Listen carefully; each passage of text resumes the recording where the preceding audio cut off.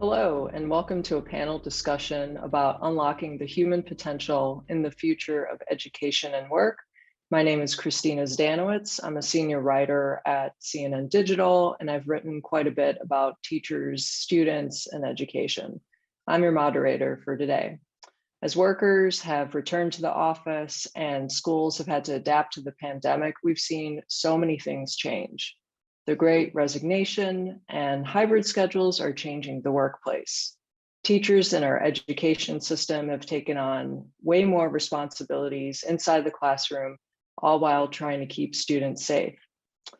Our goal with our time today is to see if we can take the lessons of the ongoing pandemic and take education and work into the future. I'd like to introduce you to our panelists today who hail from all around the US. First off, welcome to Wagner Denuzzo, who is the Vice President and Head of Capabilities for Future of Work at Prudential Financial.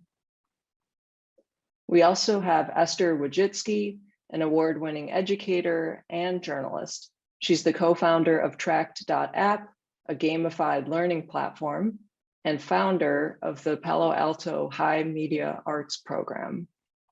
Also joining us is Matt Cooper. He's the CEO of Skillshare, an online learning community that helps people in creative fields from photography to graphic design. And last but not least, our final panelist is Gabe Dalporto, who's the CEO at Udacity, which is a company whose mission it is to train workers in the careers of the future, from programming to cloud computing. And for anyone in the audience, if anybody has thoughts or questions that they want, they can share them on social media with hashtag Webit. Okay, to start things off, I'd like our panelists to think about the bird's eye view of work and education.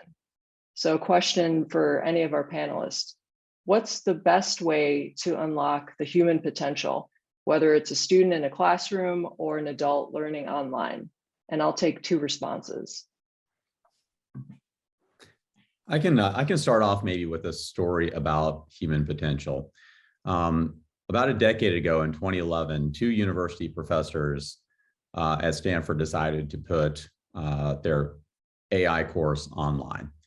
That course got 160,000 enrollees, 23,000 graduated the full Stanford AI course, and the #1 Stanford student scored number 413 in the class. And that really opened up the world's eyes to the fact that human potential was really spread vastly and widely around the world, but access to elite universities like Stanford wasn't. And this really has vast implications for building a more diverse and inclusive workforce. The university system, which is great, but it really isn't set up to serve everyone in that vast human potential. It requires 4 years out of your lives. In the United States, it costs on average $100,000 to $200,000. And that is far beyond the reach for many underrepresented groups living in economically challenging situations. So the real question, I think, is like, how do we tap that human potential? And I think the answer is we need very different approaches, like designing shorter supported programs that can quickly and inexpensively get people into higher paying employable skills in the digital economy, and then find ways to link that to employment. And at Udacity, we're working on programs exactly like this. We're working with groups like 110, Emphasis, Cognizant, Accenture, and others to help people, and especially people with maybe non-traditional backgrounds, get those skills and get into the digital economy and really tap that potential. Yeah, and I'll chime in there as well. I think Gabe and I have similar models. Skillshare is also an online learning community focused on creative skills, and I think there's sort of that professional up-leveling that platforms like ours enable. But then there's also just the very personal impact of what you get from learning and developing, and in our case, sort of building that creative muscle that every single one of us has as a human. So when we think about unlocking human potential, there's obviously a professional and an economic side of that, but also when you give that kind of access to people all over the world. We have something like 25 million people have learned on Skillshare. Giving that kind of access, again, whether it's something that they need for their work or just something that helps them be healthier, happier, less stressed. And we've seen a lot of need for that over the last couple of years. We think that's an important way to unlock that human potential that we all have. Yeah, the whole stress component, right? How do we tackle that? And how do we make sure that people can get the education that they need, regardless of their economic or life situation, and to be able to move forward and learn some new things? I don't think we can tackle all that in today's panel, but it's definitely a big part of it. And going on and with that stress angle, so now that we've had, I mean, it's been a while, but some students in the US are largely back in the classroom. Adults are adjusting to, new challenges with the pandemic as well. How do we think the educational system needs to transform and innovate to follow the needs of students and children now and in the future? And I'll take 2 responses for this one. So I'll start on that one. So releasing potential starts early. Kids' self-image is really important. And right now their self-image is that they have to follow instructions and that they have to take tests. It's a lot of memorizing. And so the question is how to help kids believe in themselves and how to help kids realize that they have a lot of creative potential.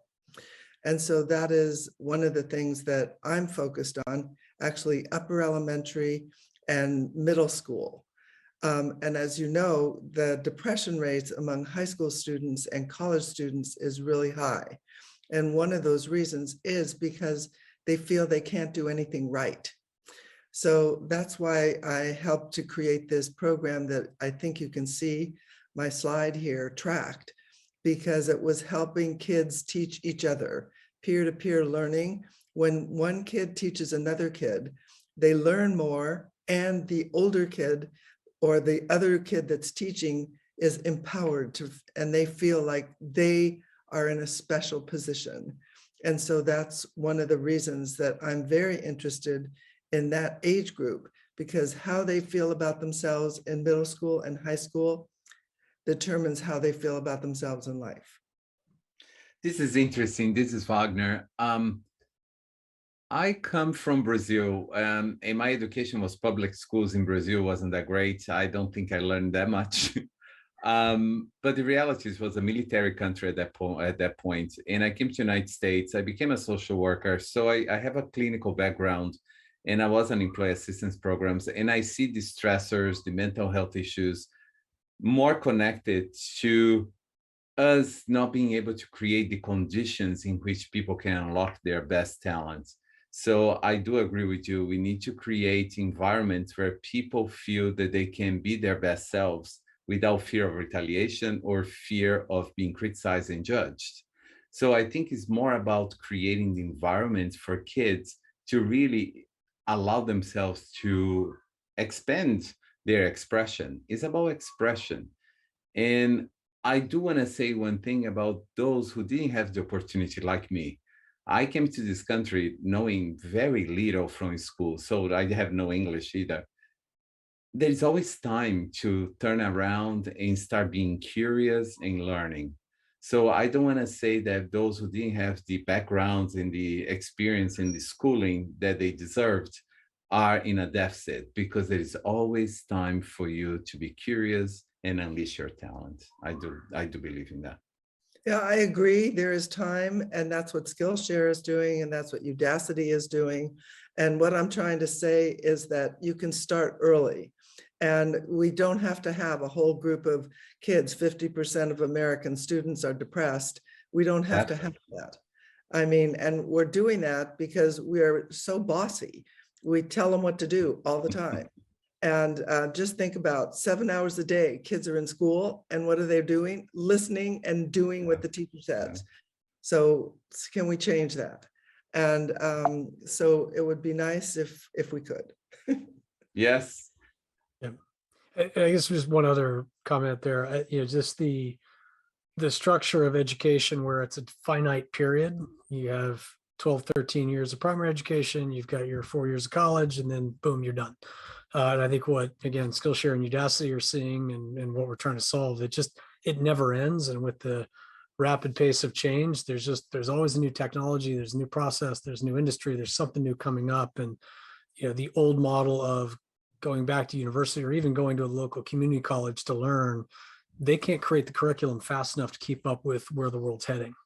So I think that much more agile model that you're seeing now online is addressing a lot of that need. Yeah, I agree. I think those are great. I mean, honestly, I know Skillshare, I know Udacity, and they're great products. And all adults, you should check it out if you haven't done it yet. And I'd like to hear more from Esther, specifically on like the younger people, the future of our world. What do you think our children need most in terms of skills, knowledge, attitude, and personal development in order to make the world a better place? I think the main thing they need to have, there's 4 things I talk about, the 4 C's. They need to have critical thinking skills, creativity skills, because just imagine, you have to be able to think outside the box. You cannot use the solutions from yesterday on today's problems. So you need to be able to think creatively, think critically. You need to communicate really well. And I mean, if you don't have an opportunity to communicate well in class, well, you're not going to learn those skills. And the last one is collaboration. And they need, so it's called the 4 C's: communicate, critical thinking, creativity, and collaboration. So if they can come out of high school with those skills, they'll be doing much better than they ever have before. And a lot of kids don't come out with any or very little in the way of communication skills or collaboration skills. I mean, if you're spending all day sitting and by yourself, listening to a teacher lecture, and then doing your homework by yourself, well, you don't learn to collaborate. I mean, yeah, I've done a lot of volunteer work with teenagers in particular over the past decade or so, and it's been interesting just to see, even communication skills with asking someone to approach someone in person or asking them to make a phone call. Everything is, the primary mode of communication is, by social media or by text, right? So that also affects how our kids are communicating now, and that's been something interesting that I've seen in this current generation, that hopefully they'll be able to translate those skills into verbal communication as well. So one of the things in my class is at the beginning of the journalism program, I ask kids to think up questions, 15 questions, and then ask 30 people that they don't know that question. And I'll tell you, they are terrified, absolutely terrified. They're like, can I ask my mom? No. How about your grandma? No. You have to ask somebody you don't know. And, that's a real icebreaker. That's the first time in their lives. These are like 15-year-olds that they've asked somebody that they don't know a question. It's like, okay, got to learn to communicate in this world. So, and every year it's the same. So I'm doing it every year. I love that. As a journalist, I'm laughing because that just reminds me of starting the journalism program and having to go out and be like, wait, I need to interview strangers. I need to walk up to people. What is this? Why are you asking me this? They won't bite you, honestly.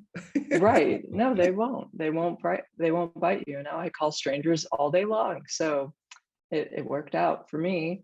So transitioning a little bit, I want to talk a little bit more about creativity with all of you, and just wondering how important creativity is for the learning process for children, or if you're more in the workplace sphere, how important is creativity in the workplace, and what are your strategies for empowering creativity? And I'll take 2 responses. Yeah, I'm sorry, go ahead. Yeah, go ahead. No, I just want to mention the Institute for Business Insights from IBM. I come from IBM. And in 2010, we launched a survey globally and asked, what is the most critical skill for CEOs moving forward? This was 2010. And the number one skill was creativity. Yep. So I just want to leave you with that because it is critical. Yeah, I was just about to quote that exact study. As a matter of fact, given what we do, we obviously spend a lot of time thinking about creativity, both professionally and personally. And I think again on the personal side, just countless studies that talk about the personal, the emotional connections that it creates, the stress relief, the anxiety relief. There's just to Esther's earlier point, there's just something beneficial about play. And I think particularly as adults, we don't do enough of that. But then on the professional side, again, that was one of many studies that talks about, that you can be really good at your day job, but at some point you're going to get hit with a curveball, and your ability to connect the dots from different disciplines and apply concepts cross-functionally and cross-pollinate. It's just, it's critical to success, particularly in the startup world and in the early stages of a business. So we see it day in, day out, just the power of creativity for both personal and professional pursuits. I would maybe just build on this a little bit and take the perspective of durability of skill sets. Anything that can be automated will be automated. And that goes beyond repetitive routine tasks. That goes into things like analyzing terabytes of data and really extracting insights capable of predicting future actions and outcomes. So, there's a broad range of roles and jobs that are just going to be automated and done by computers, and it's much broader than you think. Creativity is something that machines are pretty lousy at replicating, things like product innovation. So instead of looking at the past and extrapolating into the near future, which machines are pretty good at, like humans can see the next big leap or step change, right? No one saw something like the iPhone coming. Computers would have been terrible at predicting that. And humans are uniquely capable. And so I think creativity winds up being one of the critical skills of the future and one of the durable skills of the future. Yeah, also, I just want to say something about a talk I heard yesterday by one of the founders of Airbnb, Brian. And he talked about what happened at the beginning of the pandemic. Can you imagine what happened to Airbnb? I mean, nobody went anywhere. And it was like, oh my God, the company's over. But they were incredibly creative in what they did to help solve the problems, work with people that, they couldn't rent their houses anymore, that people who had planned vacations couldn't go on their vacations. So the story, I think, is online. But without that creativity, we would not have Airbnb. Today, they are even better than they were before the pandemic. And, I just have to applaud them for thinking their way out of a situation which looked like it was like the end of the road. And Esther, to complement that, if you look at the latest interviews, Airbnb is the first company who is going to allow people to work from wherever they want, whenever they want, in any country they want. It's the first company that's committing to the employee-centric employee view of the workplace. So they're really ahead. If you're talking about the future, we need to help our kids. First, emotional development. We need to teach emotional development early on. We need to teach them how to feel confident independently, because the future is going to be very independent. And I think they need to, right? Absolutely. The future just one correction, though. We did it 2 years ago. Just so I'm glad Airbnb is catching up. But, yeah, it's good for you. That's awesome. That's great. Yeah, anyway, that's why I developed this track.app, because it empowers the kids. I'm not kidding. You should see what happens to kids when they teach other kids. All of a sudden, they feel really good about themselves. They're not afraid to make mistakes. They work together in teams. I mean, and it fits into the school day. It's free to all teachers. And it fits into the school day. It can be used for 10% of the time, 20% of the time, whatever they want. It's just, I'm a teacher. And so I created something for teachers, because of course there's a lot of pain points in teaching. That's why, did you know the majority of people don't want to go into teaching? but it's the most important profession because it creates the future. So anyway, that's just my passion project, is this track.app.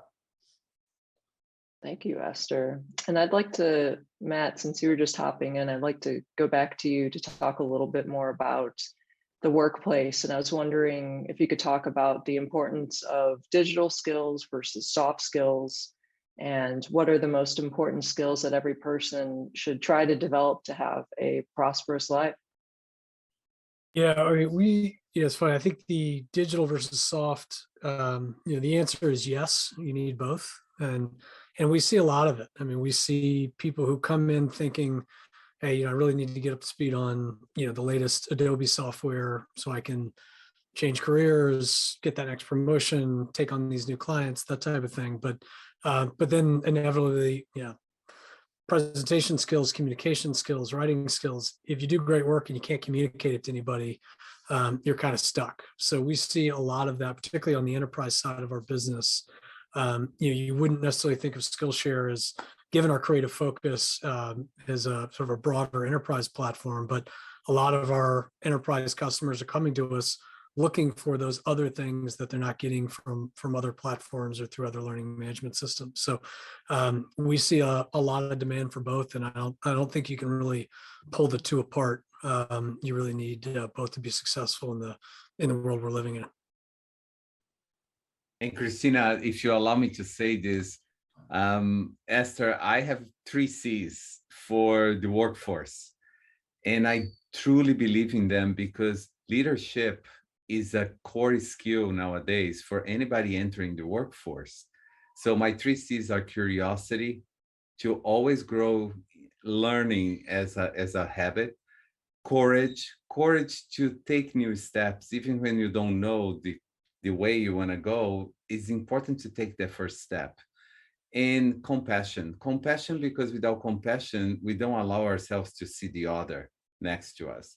So the curiosity, courage, and compassion is the composition of the leader of the future. And I think, of course, we need digital dexterity. Of course, we need sense making, critical thinking. I think they are all critical. But if we don't develop our kids to become leaders in themselves, I don't think they're going to be successful.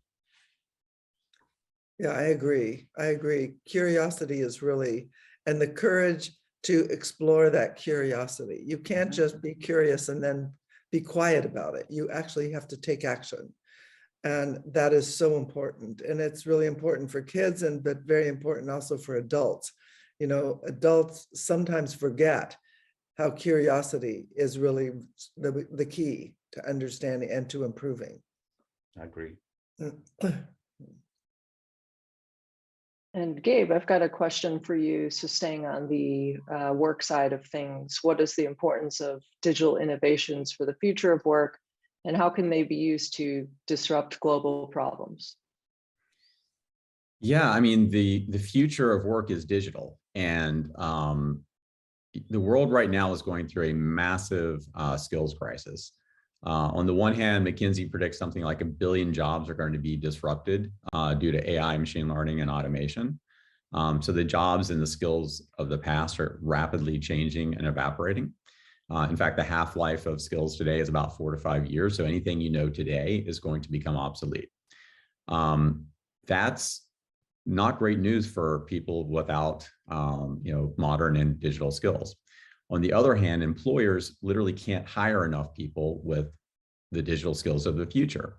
And we just completed a large study with Ipsos and across the US and Europe, and 59% of employers report having major skills gaps in digital areas. And nearly half of employers say those skills gaps are preventing their ability to achieve their goals and their own digital transformations.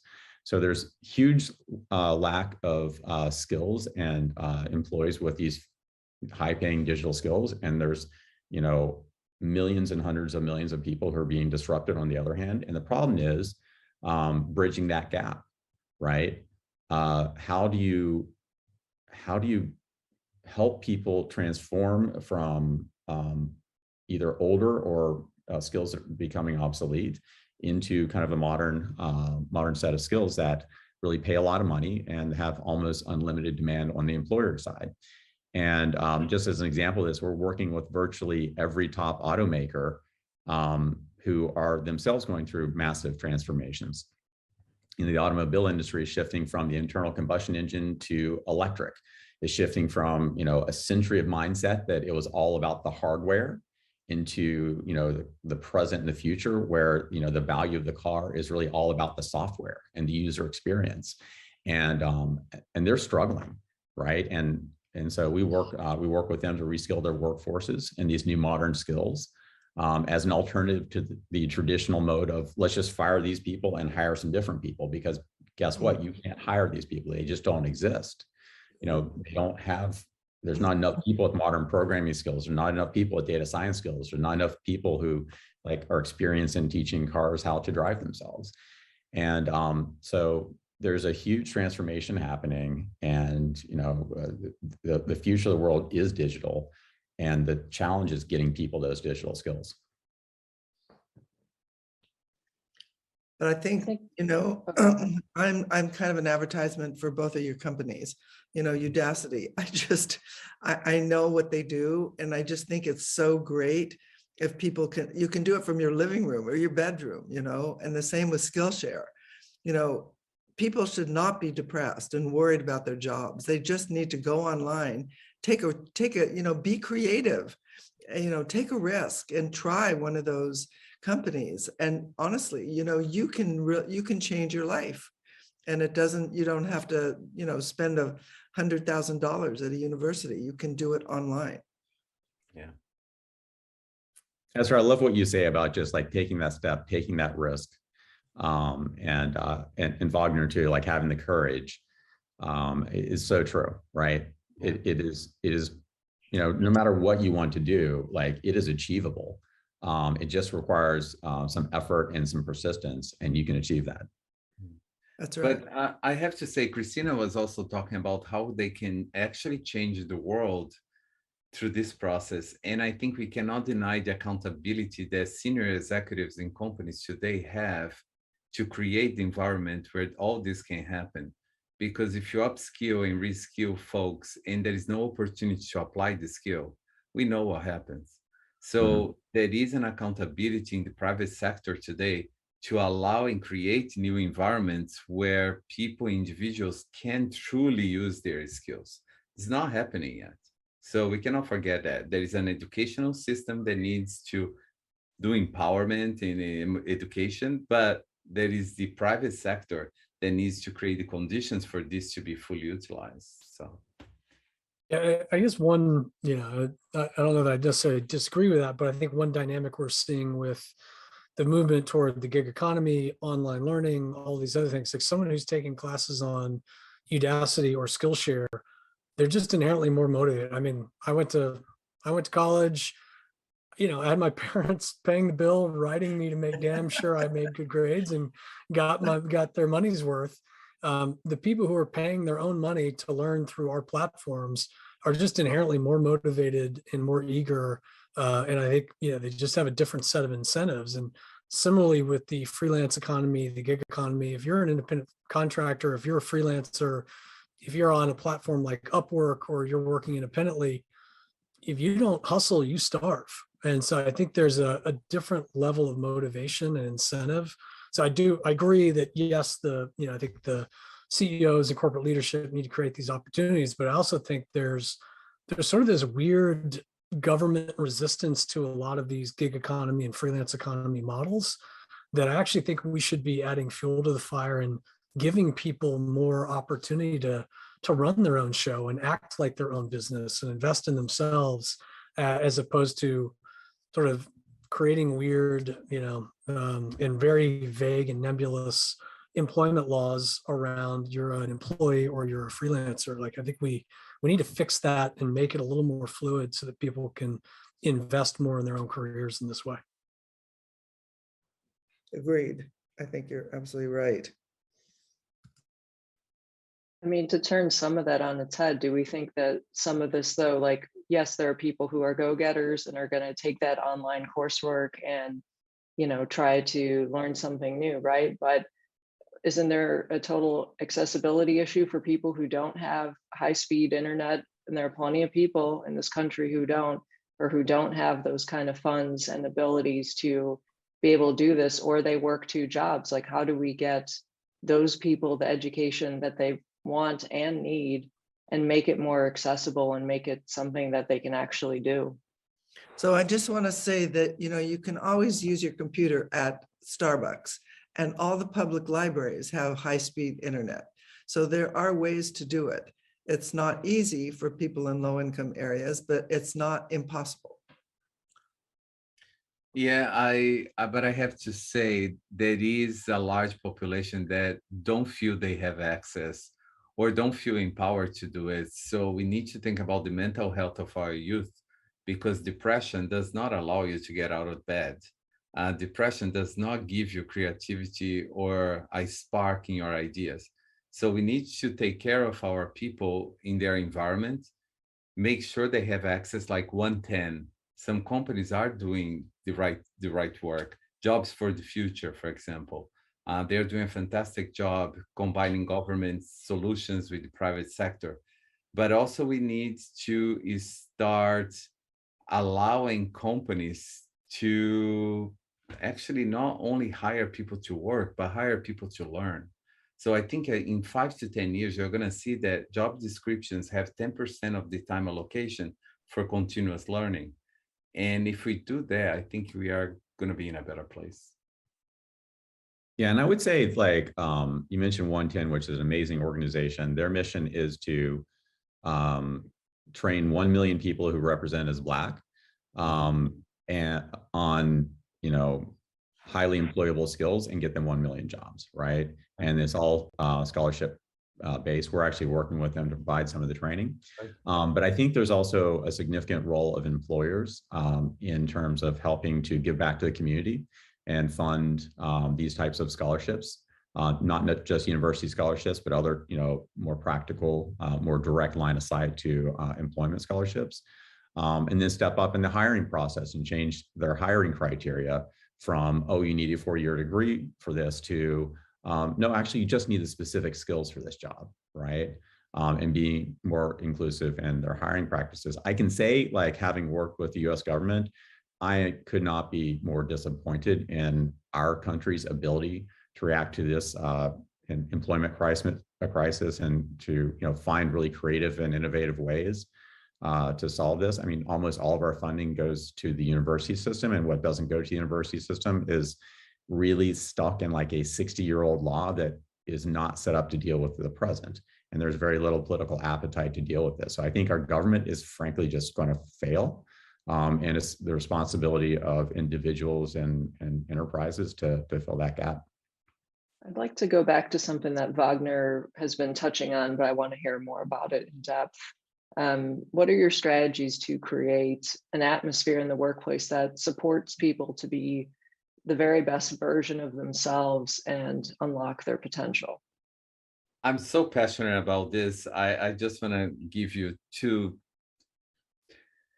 pieces of what I have learned in my 25 years doing this. And I was the head of leadership development for IBM during the transformation management development. I think is the ability to get out of ourselves. How you create an environment where people is great management, and great management requires managers to change the mindset. You're not there to manage anyone. You're there to motivate people to come out of their shells. So creating a sense of safety, for example, allowing all ideas to come to fruition, letting yourself out of the equation, because we tend to influence others with our ideas and our leadership. So creating the environment requires all levels of the organization to allow for failure, the famous fail fast, the famous experimentation, the MVP from agile organizations, like the minimum viable product. I think if we continuously push for the allowance of performance management to be a little more flexible and allow people to experiment and be themselves, Paulo Freire is an educator in Brazil who is very famous, a philosopher. And he always thought about everybody having potential, but the role of the teacher is to elicit their knowledge, not to teach them. So we are little by little creating this environment. And I tell you, at Prudential, we did the telemarketplace is a platform where everybody has now. Is a platform where you put your skills and you see recommendations matching your skills or recommendations for learning that matching your gaps. So all this is good, but where did we start? By not mandating anybody to go into the platform. We start educating people how important it is to assess your skills, to understand these skills. People don't even understand these skills, the taxonomy. So why not just enable people to think for themselves? I think that's the different dynamic that I see emerging. That's the best I can think of for the workplace. And I want to bring up our last question for any of our panelists. I mean, in general, to catalyze change in the world, we need to start from the inside out. What do people need to be happy and to become successful? Tough question, but it's a fun one for the end. Well, so the most important thing they need is to believe in themselves and be willing to take a risk, be courageous, and be creative. And you don't get that when you're depressed. Let's put it that way. When you feel bad about yourself, you can't do anything. Actually, as you know, somebody said, you don't even get out of bed.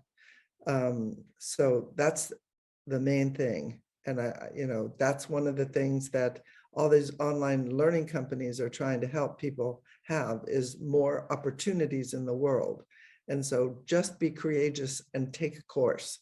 You will see they'll make a big difference in your life.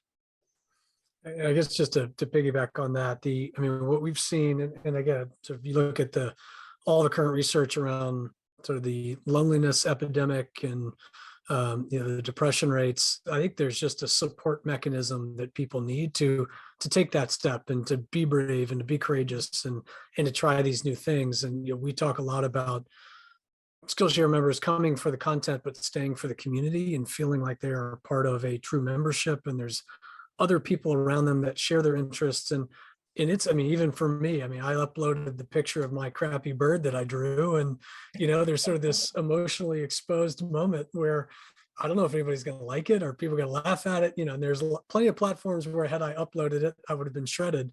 But having a supportive community around you to give you positive feedback and to give you that confidence to take that leap and take that step. And whether that's family, friends, church, whatever it may be, I think a lot of what we're seeing, and particularly what we saw over the last 2 years during COVID, is just a breakdown in some of those connection systems and those support mechanisms that we can provide in other ways if we're creative about it. Gabe, do you want to go next? Sure. I had this, I took this amazing leadership program called Leadership at the Peak with Center for Creative Leadership many years ago. And they basically said there's 4 elements to leading a happy and fulfilled life. And it starts with family and having like a really solid family unit. This next thing is community. So people outside your family that you're interacting with on a regular basis. Then there's health, right? Because if you don't have health, you don't really have anything. And the final is a fulfilled professional life. And the great news is that as educators, we can have a profound effect on that last thing. One of the 4 drivers of happiness, which is your professional life. And with that professional bucket, I would argue that people have a strong desire to work on something meaningful, that is interesting, and that is challenging. And in the age of the Great Resignation, employees who aren't challenged in growing are simply just jumping ship and going to another employer that will provide those opportunities. We have a really interesting statistic from our Ipsos research.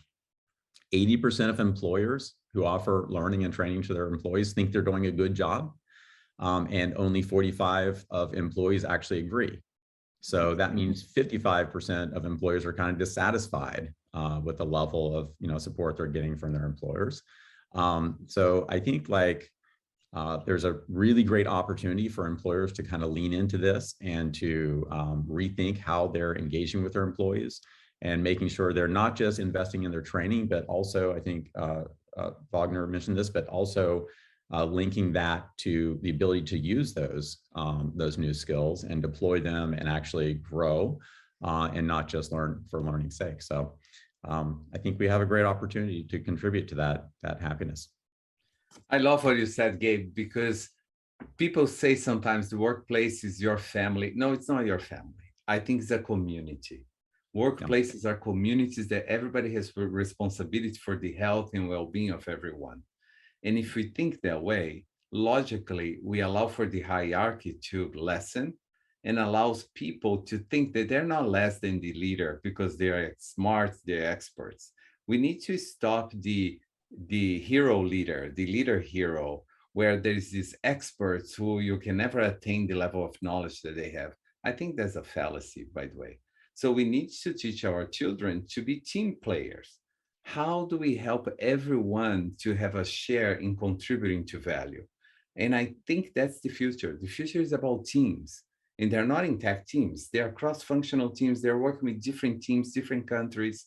And if we start teaching them in school how to team up and be respectful of others, I think that's a happier life.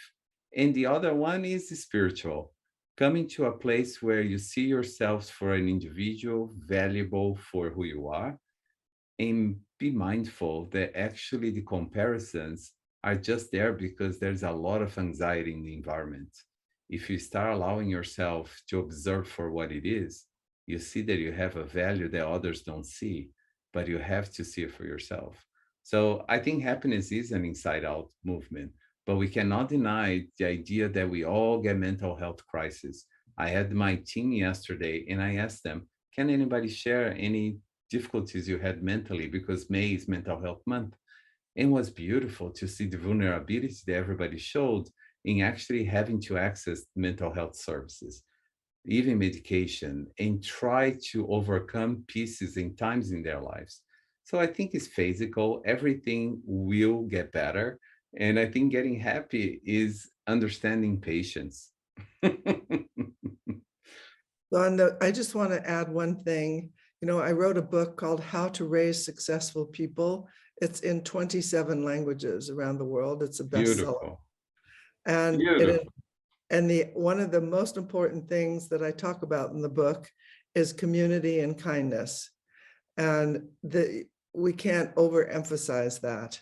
And I have an acronym in the book that says we should treat each other with TRIC: trust, respect, independence, collaboration, and kindness.